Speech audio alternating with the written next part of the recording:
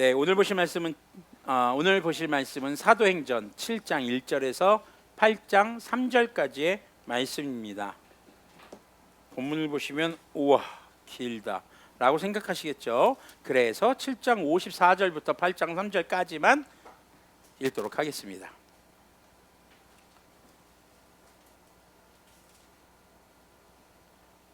제가 가진 성경으로는 신약성경 198페이지에서 아니죠, 199페이지에서 200페이지에 아니군요, 199페이지에 있네요.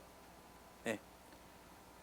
함께 읽는 것은 사도행전 7장 54절부터 8장 3절까지만 읽도록 하겠습니다. 개역개정의 성경을 함께 소리내어 읽도록 하겠습니다. 그들이 이 말을 듣고 마음에 찔려 그를 향하여 이를 갈거늘 스데반이 성령님에 충만하여 하늘을 우러러 주목하여 하나님의 영광과 및 예수님께서 하나님 우편에 서신 것을 보고 말하되 보라 하늘이 열리고 인자가 하나님 우편에 서신 것을 보노라 한데 그들이 큰 소리를 지르며 귀를 막고 일제히 그에게 달려들어 성 밖으로 내치고 돌로 칠세 증인들이 옷을 벗어 사울이라 하는 청년의 발 앞에 두니라. 그들이 돌로 스데반을 치니 스데반이 부르짖어 이르되 주 예수님이여 내 영혼을 받으시옵소서 하고 무릎을 꿇고 크게 불러 이르되 주님 이 죄를 그들에게 돌리지 마옵소서 이 말을 하고 자니라.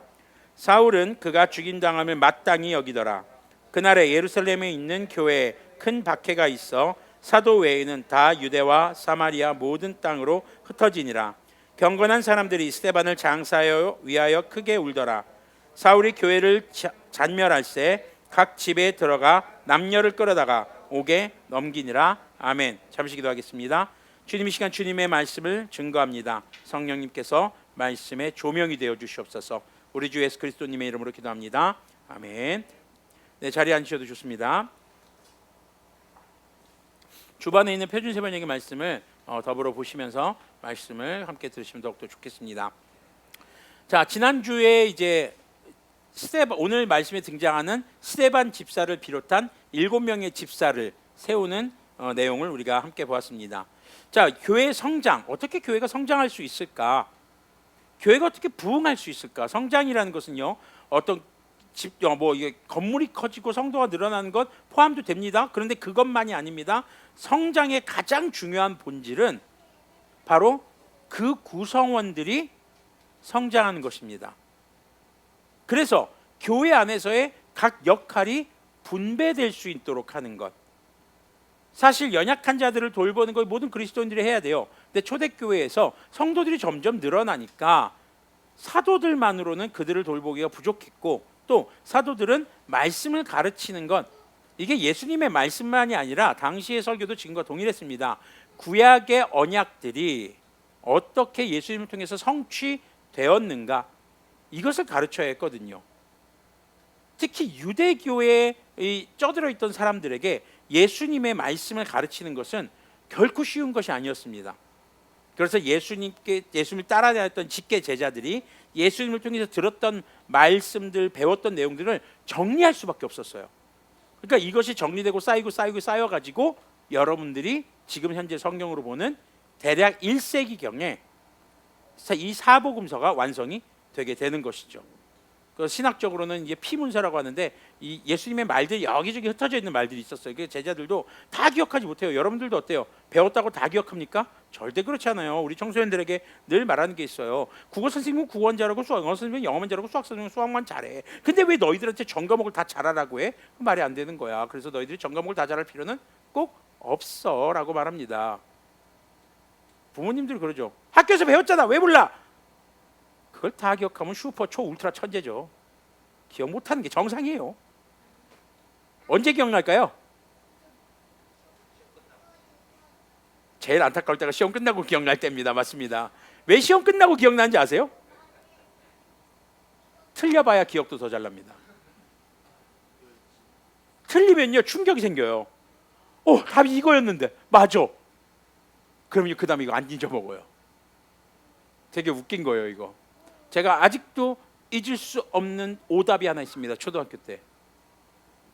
초등학교 때는 저희 때는 도덕 시간이 있었어요. 네, 같은 세대죠. 네. 도덕 시간에 전화 예절에 대해서 가르칩니다. 혹시 초등학교 도덕 시간에 전화 받을 때 예절이 뭔지 기억하십니까?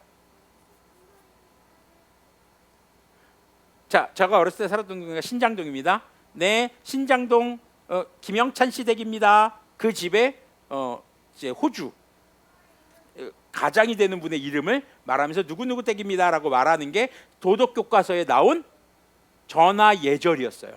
기억 잘 안 나죠? 기억나세요? 잘 안 나죠? 제가 왜 이걸 기억할까요? 도덕 문제는 늘 만점이었어요. 근데 그게 틀렸어요. 뭐라고 썼을까요? 제가 보기에 나온 거 여보세요? 거기까지는 말도 안 해요. 왜냐면 우리 반 애들 다 틀렸어요. 그거 제대로 맞춘 애가 한 명도 없었어요. 근데 그 시험지를 들고 와서 그날 후드려 맞았죠. 이거 왜 틀렸어? 맨날 집에서 전화 받을 때 여보세요라고 하잖아요. 도덕책 갖고 와! 펼쳤어요.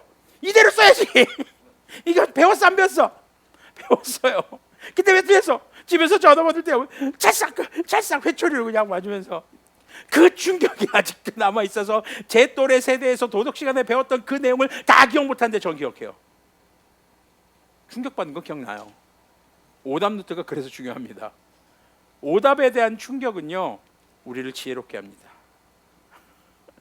오답에 대한 충격은요 그것을 기억하게 만들다라는 것이죠.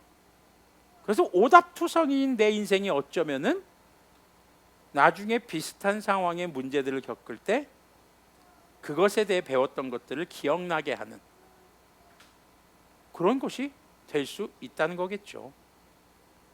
자, 갑자기 이 얘기가 왜 나왔을까요? 뭐지? 잠깐만, 제가 지금 길을 잃었어요. 어디로 가야죠? 시험 문제. 학생들 다 잘할 수 없어요. 네, 교회에서 한 사람이 다 잘할 수가 없거든요. 역할 분담이 필요합니다. 그리고 하나님의 말씀에 대해서도 다 기억나지 못했어요. 맞아요, 여기였어, 찾았다. 아, 주님 감사해요. 자, 제자들도요, 예수님께 들었단 말들 다 기억하지 못했어요. 근데 성령님의 충만하고 나서 성도들을 겪으면서 하나씩 그때 예수님께서 이런 말씀을 하셨지라고 기록하면서 다시 되새기면서 이제 성도들을 양육해야 했던 것이죠. 그러니까 사도들이 다 할 수가 없었어요. 교회는 성도들은 늘어나는데 말이죠. 그래서 7명의 집사를 세우게 된 것이었죠.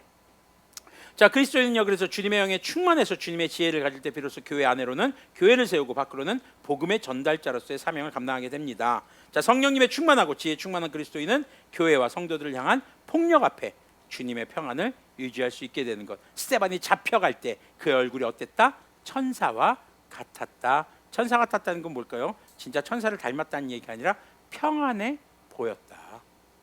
두려울 게 없어 보였다. 이렇게 우리가 이해해야 할 것입니다. 자, 그 스데반이 잡혀갑니다. 1절을 보니까 대제사장이 스데반에게 물었다. 이것이 사실이요?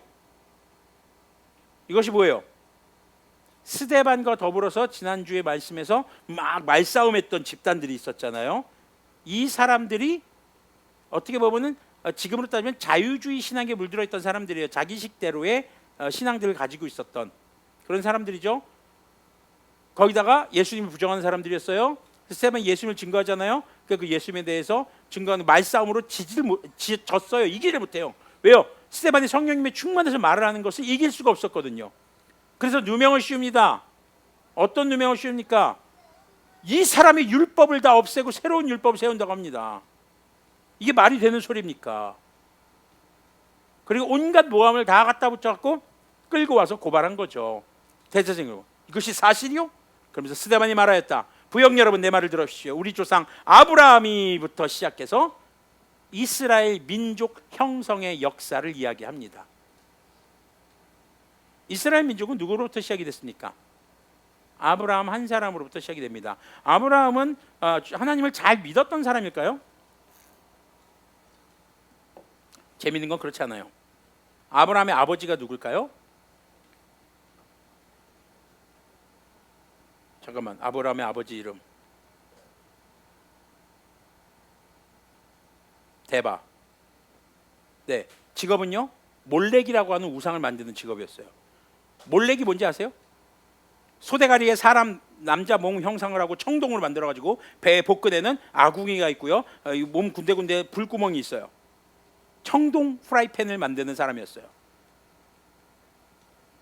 왜 프라이팬이라고요? 이 청동 모양으로 된 이 소대가리를 한 남성상은요, 손을 이렇게 내밀고 모으고 있었어요. 그리고 아궁이에다 불을 지펴요. 그럼 벌겋게 달아올라요. 청동이. 오밤중에 꼭 이런 짓을 해요. 그럼 벌건 빛이 나요. 그러면서 이제 북을 치죠. 둥둥둥둥둥둥둥둥둥둥둥. 그리고 아기를 산채로 이 손 위에 올려놔요. 뜨겁게 달궈진. 거기서 태워 죽이는 제사를 드렸어요. 그것도 누가? 그 아이의 부모가. 그게 몰렉이라고 하는 우상이었습니다. 아버지가 그런 몰렉이라는 우상을 만드는 사람이었고 그 집안은 그렇게 몰렉을 섬기는 집안이었던 것으로 보여집니다. 또 그가 떠났던 우르라는 지역, 여기는 이제 수메르 문명의 후예라고 볼 수 있습니다. 쇠기 문자를 사용했던, 거기 이 수메르 문명은요 고대 문명이라고 해서 막 뒤처진 데가 아니었어요. 철학도 엄청나게 발달했고요. 종교가 그렇게 많았다는 건 철학적 사고들이 많았다는 거거든요. 그리고 우르라는 지역의 특징, 벽돌로 집을 지었어요. 그게 뭐 대단한 거예요? 라고 생각할지 모르겠지만 건축술이 굉장히 발달했던 곳이었다는 겁니다. 굴을 파고 살든가 나무나 나뭇잎을 엮어서 집을 만들든가 하던 게 아니라 벽돌을 구워서 이 벽돌을 가지고 원하는 모양의 건물들을 지었다라는 것. 단순히 흙을 막 포개고 하는 게 아니라 벽돌을 굽는다는 것은요, 그 벽돌도 구웠어요. 말려서 쓰는 게 아니라. 굉장히 단단한 건축재를 만드는 기술이 있었다는 거죠. 아브라함이 그런 곳에서 살고 있었어요? 잘 살고 있었다는 겁니다. 도시 문명에서 살고 있었다는 겁니다. 요즘에 귀농 막 로망을 가지고 있는 사람도 있습니다. 근데 막상 도시에 살다가 귀농한 사람들이 제일 불편해하는 게 뭘까요? 마트가 없어요. 장 보러 갈 데가 없어요. 교통이 불편해요.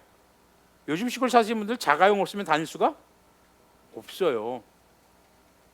우리 사모님의 아버지 되시고 우리 지역의 외할아버지 되시고 저희 김성주 집사님의 사돈 되시는 우리 김익조 목사님 이 사역하시던 기룬에서는 우리 시골교회에 아주 중요한 사역이 있었죠. 응급 환자가 생기면 교회로 전화가 와요. 교회는 가까운 곳에 있으니까요. 봉고차 타고 병원으로 가는 거예요.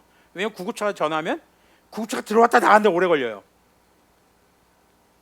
그런 상황들. 시골이 굉장히 불편한 곳입니다. 자, 여러분들 어떻습니까? 도시의 지금 편안함과 이런 것들을 다 포기하고 그냥 시골에 가셔서 사실 수 있을까요? 사실 장담하기가 너무 쉽지 않을 수 있습니다. 현대의 문명들, 여러분들이 누리고 있는 것들, 휴대폰 없애고 컴퓨터 없애고 인터넷 접속 안 되고 TV 안 나오고, 희성 어때요? 요즘 청년들은 너무 힘들걸요? 그렇죠?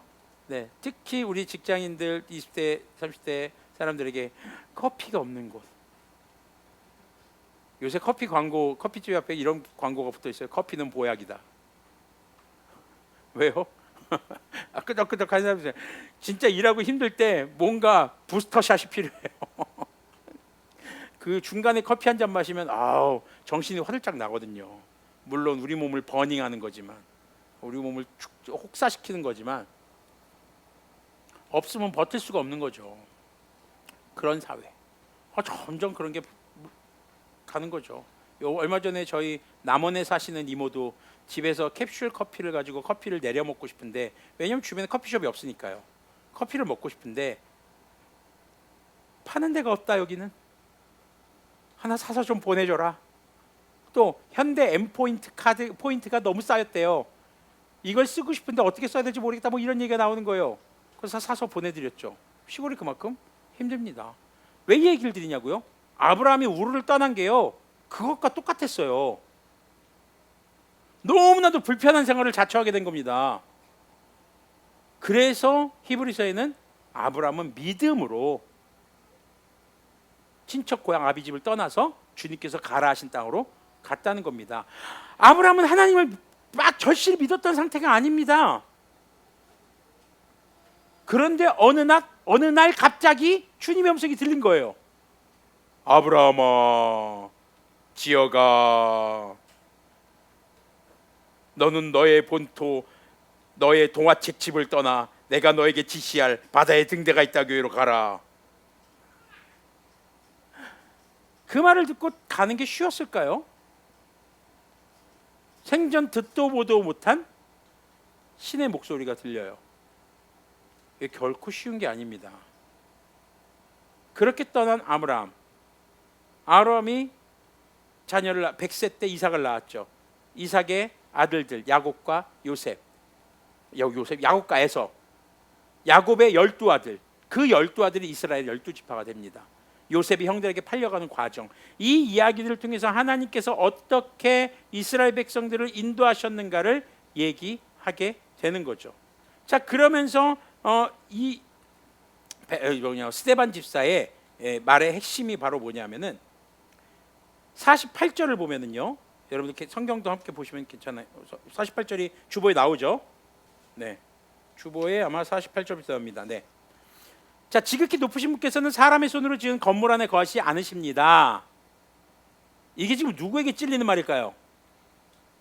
당시 유대교에 빠져있던 사람들, 성전 중심주의에 빠져있던 사람들. 하나님을 성전에 가둘 수 있을까요? 성전에만 거하시는 분일까요? 우리가요, 흔히 잘못 착각한 것 중에 하나가 주님이 내 안에 계시다는 착각에 할 수가 있습니다. 자꾸 그래서 주님이 내 안에 들어오시는 분인 것처럼 느껴져요. 아니요, 정확하게 따지면 우리가 주님 안에 들어가는 거예요. 우리가 주님 안에 포함이 되는 거예요. 그 광활하신 주님이 어떻게 내 안에 들어와요? 그런데 주님이 내 안에서 주님께서 역사하신다는 건요, 굉장한 은혜가 되는 겁니다. 어마어마한 예수님이 하찮은 사람의 몸을 입고 이 땅에 오셨다? 어마어마한 은혜가 되듯이 주님께서 나의 속 사람을 변화시키시고 나를 인도해 주신다는 건요, 어마어마한 일이거든요. 근데 주님이 내 안에 거하시는 분이 아니라 내가 주님 안에 거하는 것이고 주님 안에 있을 때 주님께서 나를 인도해 주신 것을 경험하게 되는 거거든요.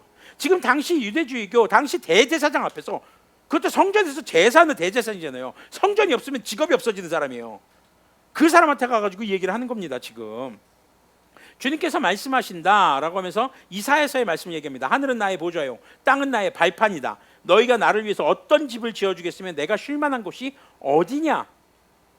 이사야서에 나오는 말씀을 인용하면서 얘기하는 거죠. 스데반 집사도 그러니까 성경에 대해서 알았다 몰랐다? 알았다. 네, 무식하면 용감한 게 아니라 유식해야 비로소 올바로 용감할 수 있습니다. 무식하면 용감하다는 말은 뭐예요? 무식하면 어거지를 잘 쓴다라는 말이 되겠죠. 네. 자, 이 모든 것이 다 내 손으로 만든 것이 아니냐? 주님께서 창조하셨습니다. 목이 곧고 마음과 귀에 할례를 받지 못한 사람들이요, 당신들이 언제나 성령님을 거역하고 있습니다. 지금 잡혀왔어요. 근데 거기서 자기 변호를 해도 모자랄 판국이 뭐예요? 이스라엘 역사를 쭉 얘기하면서 뭘 얘기하냐면요, 그 모든 역사 속에서 주님의 말씀을 예언했던 예언자들, 주님의 뜻을 가르쳤던 자들, 그 사람들이 핍박받지 않은 사람들이 있습니까? 모든 예언자들이 핍박받지 않았습니까? 52절 보십시오. 당신들의 조상들이 박해하지 않은 예언자가 한 사람이라도 있었습니까? 제대로 된 예언자들은요, 전부 다 뭐 했어요? 박해를 받았어요. 힘들었어요. 핍박받았어요. 그들은 의인이 올 것을 예언한, 바로 의인이 누굽니까? 의인은 없나니 하나도 없으며 라고 성경은 기록하고 있습니다. 하나도 없는데 의인이 와요. 누구예요? 죄가 없으신 분, 예수님이죠. 여러분, 이거 착각해서 벗어야 될 게 하나가, 여러분, 의인이 천국에 갑니까? 이거 착각하시면 안 됩니다. 의인이 없는데 어떻게 천국 가요? 그렇죠? 의인은 없나니 하나도 없으며 라고 했어요. 그 의인은 천국 못 갑니다. 의인이 없으니까요, 의인이 천국 가는 게 아니에요. 그럼 천국은 누가 갈까요? 주님의 나라. 주님 나라 오실 때, 사실 천국은 가는 개념이 아니죠. 주님 나라가 오실 때 누가 구원을 받겠냐 이거죠. 용서받은 자요, 회개한 자요. 누구나 죄인입니다. 모두가 죄인입니다. 그렇기 때문에 죄 용서받은 사람들이 구원에 이르게 된다는 것을 기억하시길 바랍니다. 자, 그런데 그런 예언자들을 죽였습니다. 예수님이 올 것을 예언한 사람들. 자, 그리고 53절 보십시오. 당신들은 천사들이 전하여 준 율법을 받기만 하고 지키지는 않았습니다. 주 너희 하나님을 마음과 뜻과 목숨을 다해 사랑하라고 했는데, 내 이웃을 내 몸과 같이 사랑하라고 하셨는데 그 계명 지켰습니까? 사람들의 반응을 보세요. 그들이 이 말을 듣고 어떻게 해요? 찔림을 겪게 되는 거죠. 격분합니다. 화가 납니다.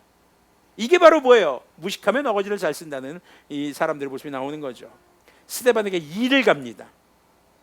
그런데 이 사람들 앞에 성령님의 충만한 스데반의 모습을 보십시오. 예수님께서 하나님의 오른쪽에 서 계신 것이 보였다. 그는 성령님의 충만해서 하나님 우편에 계신 예수님을 봅니다. 실제인지 환상인지 우리는 알 수 없습니다. 하지만 주님께서는 보여주셨다라는 것이죠. 누구만 봤어요? 스데반만 봤어요. 자, 그래서 보십시오. 하늘이 열려 있고 하나님의 오른쪽에 인자는 사람의 아들, 여기서 인자는 예수님을 말합니다. 서 계신 것이 보입니다. 이때 사람들 반응이 귀를 막고 큰 소리를 지르고 일제히 스데반에게 달려들어 그를 성 바깥으로 끌어내서 돌로 쳤다. 그리고 그 누구 앞에 끌고 갑니까? 사울이라는 청년. 여러분들 사도행전이 왜 기록됐죠? 데오빌로 각하에게 쓰는 두 번째 편지라고 말씀드렸죠. 사울을 변호하기 위해서 쓴 내용. 그런데 그 내용에는 아주 공교롭게도 복음의 내용이 들어가 있죠. 교회의 역사가 담겨져 있는 게 사도행전이고요. 사울의 첫 시작은요, 그렇게 죽은 스데반을 보고 어떻게 여깁니까? 8장 1절 보니까 마땅하게 여겼다. 잘 보세요. 그리스도인들을 핍박하는 장본인입니다. 사울입니다. 왜 하나님은 스데반을 구하지 않으셨습니까? 스데반이 틀린 말 했습니까? 악한 짓을 했습니까? 나쁜 행동을 했습니까? 오히려 나쁜 행동을 한 것은 거짓말로 고발하는 사람들이고, 감정이 격해져서 그 자리에 돌로 때려 죽인 사람들이고, 그것을 마땅히 여긴 사울이고, 나쁜 놈들 뭐 하나 손상된 거, 다친 거, 잃어버린 거, 손해본 거 있어요? 없어요? 없어요.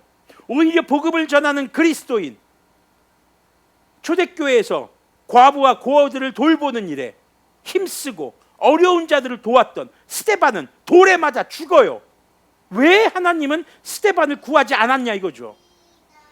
하나님 뭐 하고 있었어요 도대체? 스데반 돌에 맞아 죽고 있는데?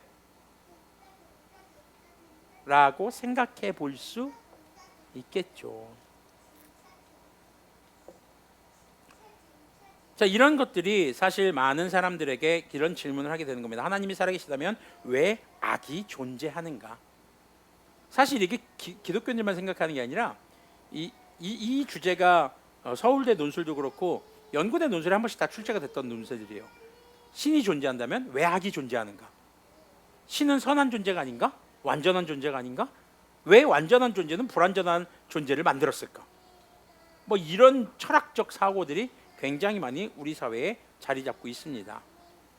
그러니까 이 사회에 악이 존재하기 때문에 신은 존재하지 않는다라고 생각하는 사람들이 있는 것이죠. 신앙생활을 어느 정도 조금 하다 보면요, 이런 궁금증에 사로잡힐 때가 있습니다. 왜 하나님의 사람들이 하나님 일을 하다가 억울하게 누명 쓰고 맞아 죽는 거야? 나중에 사울이 바울로 이름이 바뀝니다. 복음 전하다가 유대인들이 깡패 고용해요. 조직폭력배들 고용해가지고 죽을 때까지 팬단 말이죠. 죽은 줄 알고 버리고 갔어요. 근데 살아나서 간 거죠. 그런 얘기들이 이제 나중에 보면 나옵니다. 바울의 이야기들에. 왜 하나님은 도대체 이런 악한 사람들이 이런 악한 행동을 하는 것을 내버려 두시고 그냥 묵인하고 계시는 걸까? 사실 묵인하지 않으십니다. 가만히 계시지도 않습니다. 다만 우리가 원하는 속도와 우리가 원하는 방법과 하나님의 속도와 하나님의 방법이 다를 수 있다라는 거죠. 자, 오늘 설교의 제목이 뭡니까? 1 더하기 1은 아침에 이걸 제가 문자로 이게 설교 원고를 쓴 거를 카톡으로 보내려고 이제 파일 제목에다가 1 플러스 1 이퀄 물음표 한 다음에 입력을 하는데 계속 입력이 안 되는 거예요. 뭐야 이거 왜 이래? 왜? 도대체 왜? 혹시 아는 사람? 한글에서는요, 제목에 느낌표, 물음표, 슬래시 같은 특수 문자가 들어가면 입력이 안 돼요. 저 몰랐어요. 열심히 물음표 해갖고 왜 안 들어가? 왜? 그거 갖고 한 10분 씨름했나 봐요. 그리고 물음표를 지우니까, 제목을 지우니까 들어가더라고요. 아, 컴퓨터가 그래요. 한글이란 프로그램이 그렇게 프로그램이 돼 있어요. 그러니까 거기에 맞춰야 들어가는 거죠. 그걸 한번 입력하면서도 오늘 설교 제목에 대해서 다시 한번 생각했어요. 1 더하기 1은 몇이에요? 2.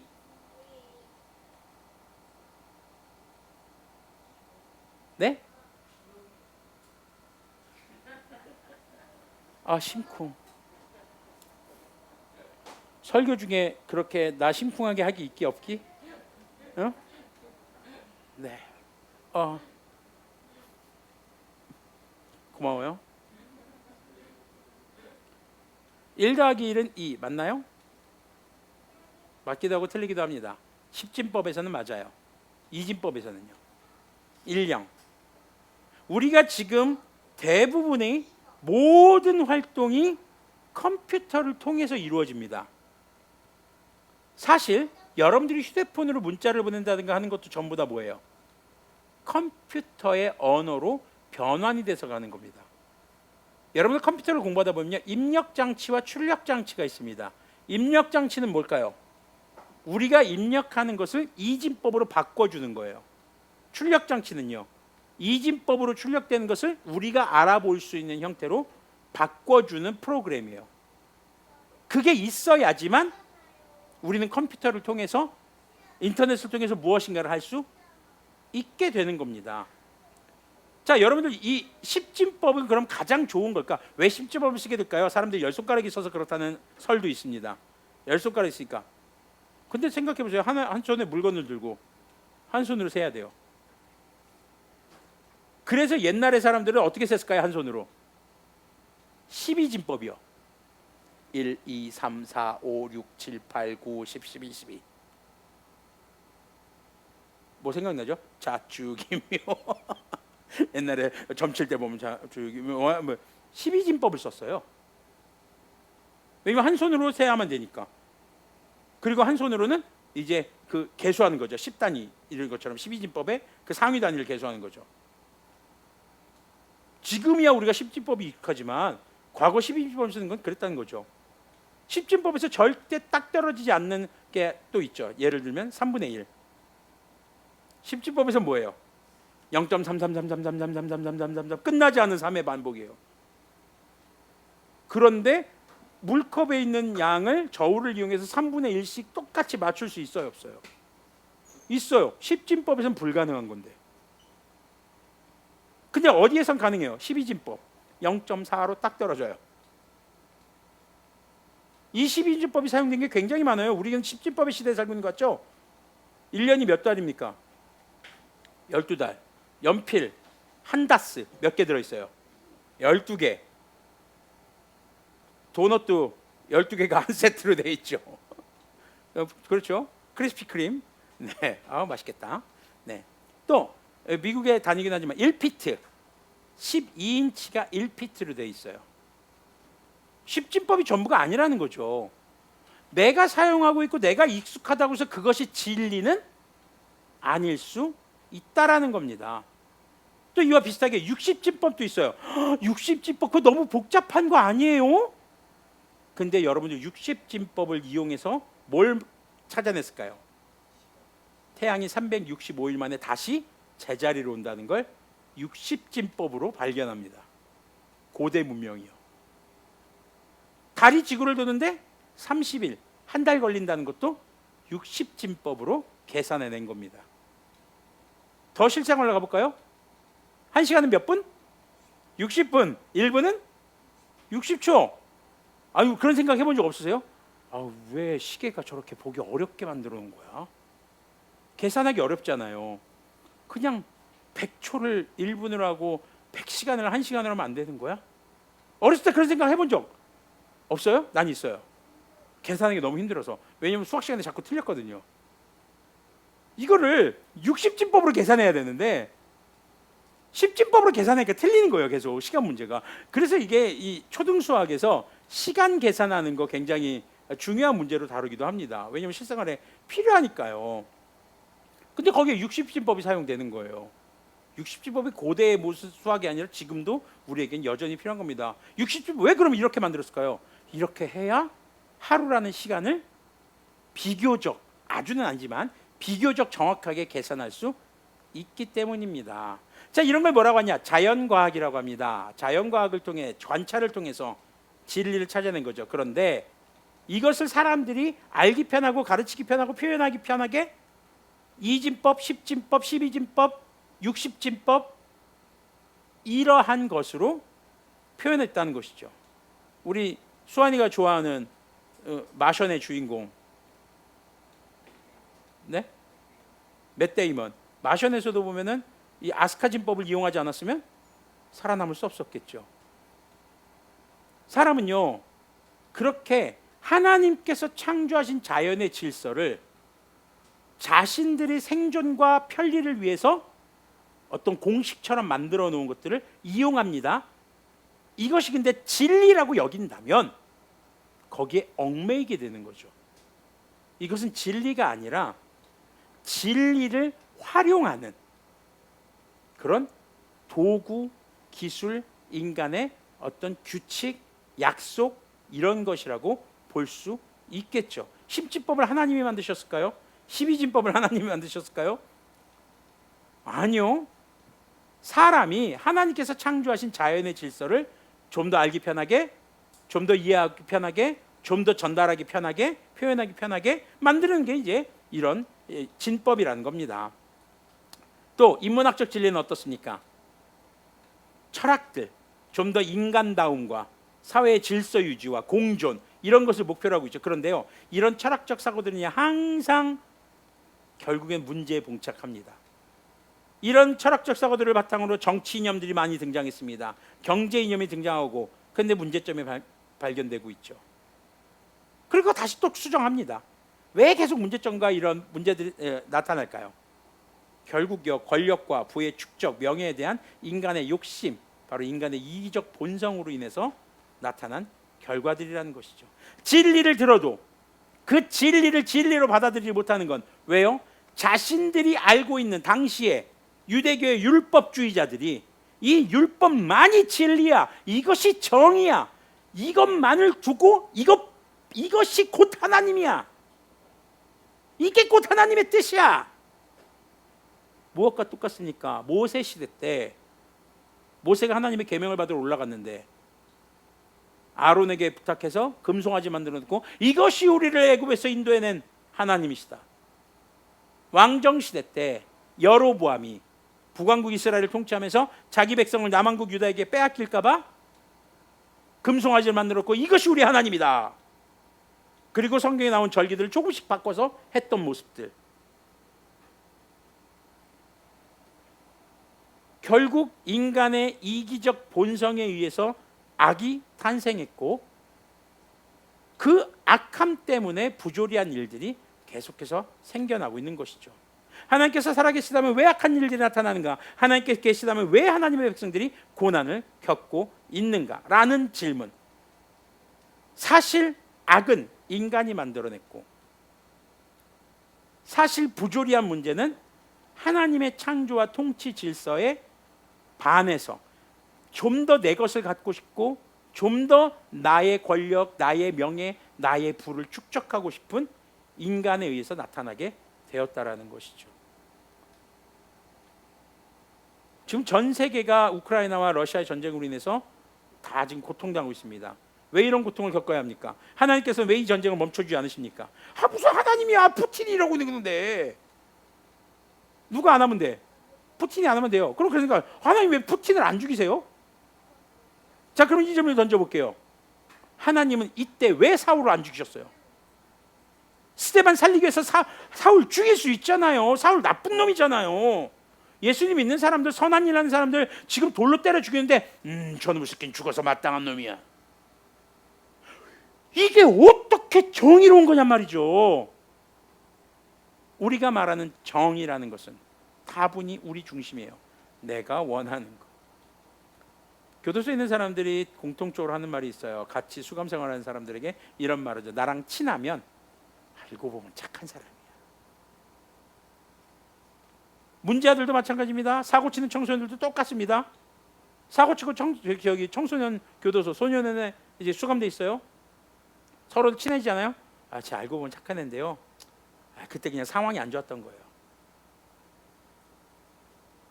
법정에 재판받기 전에 부모님들도 그런 얘기합니다. 얘가 원래는 착한 애인데 친구를 잘못 만나서 그래요. 법정에 왔다, 소년원에 왔다, 교도소에 왔다, 전부 다 죄 일단은 지었다 안 지었다? 지었다. 수감되고 처벌받고 혼날 만한 죄를 지었으니까 일단 왔다. 알고 보면 착하다?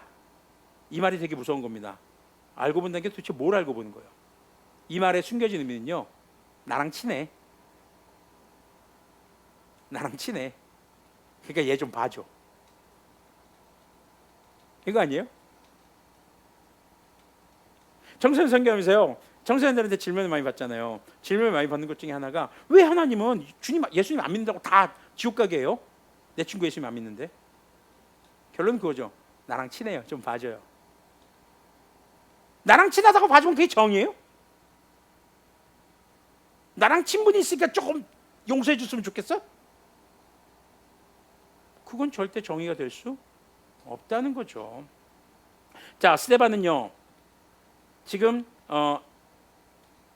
진리를 말했기 때문에 죽었습니다. 진리 앞에 죄인들의 반응은 귀를 닫고 진리를 없애자는 거죠. 진리를 말하는 이 시기가 없으면 우리는 찔림이 없을 거다. 우리가 편해진다. 나 편하자고 하는 거거든요. 사실 사람들이 지금 많은 사람들이 자신의 죄를 외면한 채 문제의 원인을 자신에게서가 아니라 외부에서 찾으려고 합니다. 내가 죄인이어서가 아니라 저놈 시키가 나를 죄인으로 만든다고 보는 겁니다. 저 논리만 없으면 난 죄인이 아닌데. 12진법에서는 3분의 1이 아니라 0.4로 딱 떨어지는 건데 나는 10진법을 고수해야 되겠어. 0.3333333 이게 맞아. 12진법을 없애야 돼. 12진법만 없으면 0.3333333이 영원히 무한히 반복되는 것이 유일하게 남아있는 진리가 될 거야. 10진법만 아는 바보가 하는 말이겠죠. 세상의 지식이라고 하는 것들, 지혜라고 하는 것들, 수많은 것들, 규칙들, 법칙들, 공식들, 과학적 발견들 많이 있습니다. 그러나 그것이 진리가 될 수는 없습니다. 고속도로 타고 가다 보면 저기 어느 대학교에 써 있죠. 진리를 알지니 진리가 너희를 자유케 하리라. 진리는 무엇입니까? 말씀, 성육하신 말씀이신 우리 주 예수님. 그 외에는 진리가 없다는 것을 우리가 기억해야 하겠습니다. 자, 그렇다면 우리는 여전히 또 부딪히는 가시지 않는 질문이 바로 그거죠. 스데반은 그냥 이렇게 죽었어야만 했을까? 어느 영화의 한 배우의 대사처럼 꼭 그렇게 다 가져가야만 했냐? 보셨던 분들은 아시겠죠? 네, 제가 좋아하는 꽃 해바라기. 네. 꼭 그렇게 스데반을 죽이셔야만 했을까요? 여러분들, 생명이 생명되기 위해서 필요한 게 하나 있습니다. 뭘까요? 생명과 상반되는 개념이 뭐죠? 죽음이에요. 죽음이 없다면 생명이라는 개념도 사실상은 없어요. 그렇다고 해서 죽음 때문에 생명이 빛나는 것이냐? 아니에요.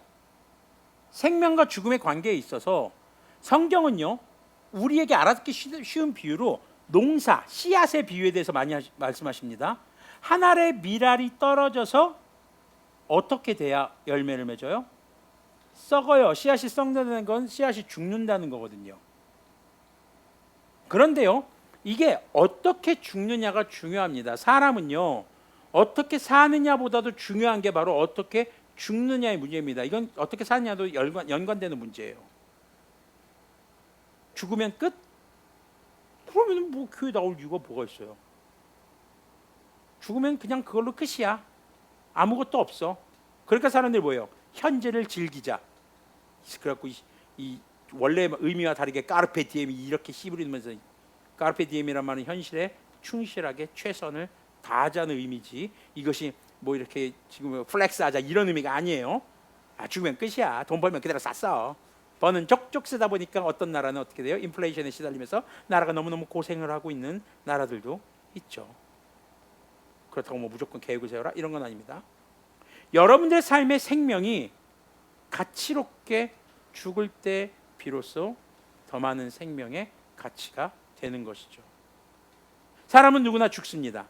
죽지 않는 사람은 아무도 없습니다.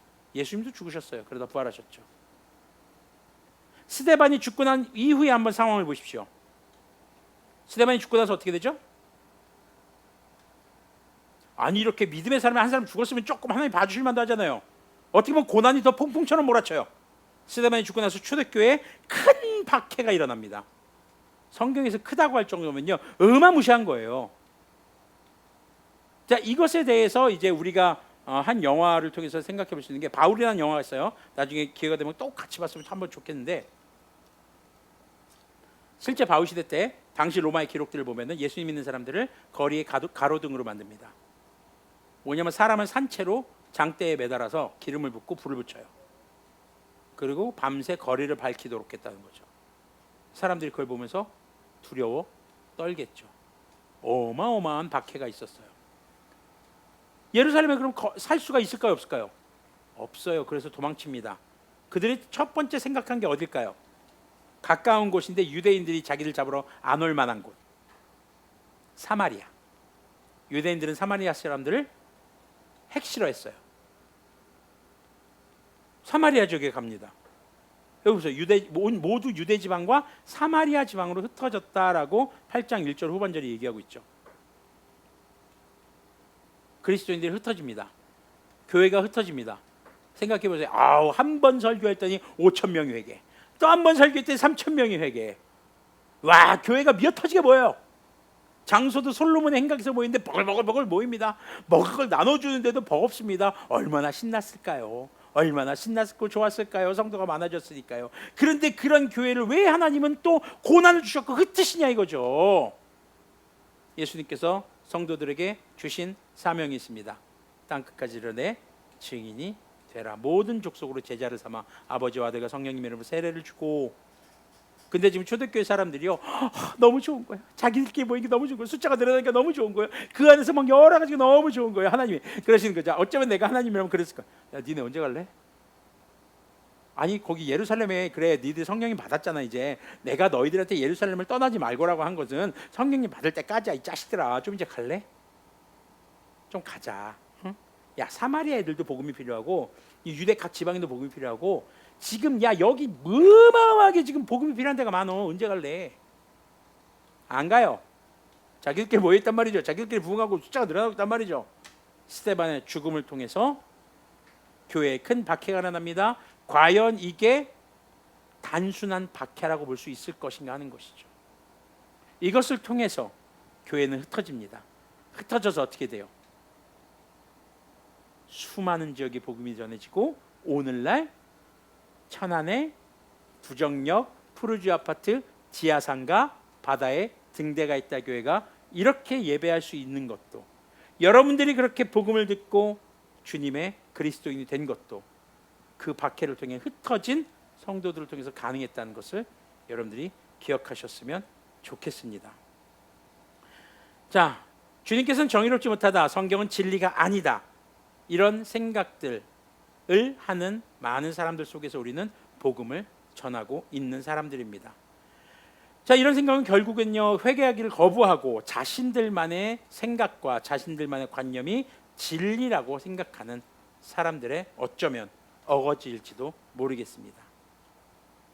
또 그리스도인들이 하나님께서 살아계시다면 왜 이런 악한 일들이 계속 지속되어야 하는 것일까? 뉴스를 보면서도 그런 생각을 해볼 수가 있겠죠. 다만 주님의 속도와 방법이 우리가 원하는 속도와 방법과 다를 수 있다라는 것을 기억하시길 바랍니다. 1 더하기 1이 십지법에서는 2지만 1 더하기 1이 이지법에서는 1:0인 것처럼 우리는 주님의 말씀이 우리 안에 온전히 전달되는 출력 장치가 필요합니다. 아까 컴퓨터 말씀드렸던 그게 뭡니까? 성령님의 충만함입니다. 그럴 때 스데반이 자기를 돌로 때려 죽이는 사람들 앞에서도 누구를 볼 수 있었습니까? 예수님을 볼 수 있었고, 예수님처럼 저들의 죄들을 저들에게 돌리지 말아 주십시오. 이거는요, 성령님의 충만함이라는 이 프로세스가 아니면 불가능한 신앙의 고백이라는 거죠. 그것이 우리에게 있기를 소망합니다. 마무리하겠습니다. 자, 인간이 진리, 정의라고 여기는 것들은 하나님의 창조와 통치 질서 가운데 자신들의 삶의 환경에 필요한 것을 얻기 위해 여러 가변적인 수단들을 통해서 발견한 겁니다. 절대 그것이 진리가 아니라 하나님께서 만드신 창조와 통치의 질서 가운데 우리가 필요한 것들을 활용할 수 있는 장치들이라는 거죠. 그것을 진리라고 여겨서는 안 될 것입니다. 악은 하나님께서 창조하신 것이 아니라 하나님처럼 되고 싶은 인간이 가진 악한 욕구, 죄성이라고 하고 이기적 본성이라고 합니다. 한마디로 뭐예요? 악한 것에 대해서 하나님 탓하지 말자는 거예요. 자, 그래서 악을 즉각적으로 심판하지 않으시는 것은요, 이거 기억하세요. 죄인들도 회개할 기회가 필요합니다. 여러분, 무드셀라가 왜 969세를 사셨는지 아세요? 무드셀라 이름 뜻이요, 저 사람이 죽으면 심판이 온다예요. 무드셀라가 죽으면 심판이 왔을까 안 왔을까요? 왔어요. 무드셀라가 죽던 해 노아가 600세 되던 해입니다. 하나님은요, 에녹에게 무드셀라를 주시고, 아니, 자기 아들 이름을 멸망이라고 절망이라고 짓는 사람이 어디 있겠어요? 하나님은 아들 이름을 절망이라고 지으라고 합니다. 멸망이라고 지으라고 합니다. 그리고 무드셀라가 죽던 해에 홍수 심판이 일어나게 되죠. 어쩌면은 그 성경에 그렇게 안 나와 있지만 어쩌면은 하나님은 1000년 가까운 시간을 노아가 방주받는 것을 통해서 그 주변의 사람들이 좀 회개하기를 기다리신 것은 아닐까. 그 즉각 다 심판하셔도 됐을 텐데, 방주 그까이 거 뭐 하나님의 능력이 그냥 뚝딱 만드셨을 텐데, 온 방주 만드는데 120년이나 걸리고 그래. 물론 규모도 크고 하겠지만 하나님의 능력이면 뚝딱 하셨을 텐데 왜 노아의 손을 통해서 그렇게 만드셨을까? 우리는 알 수 없습니다.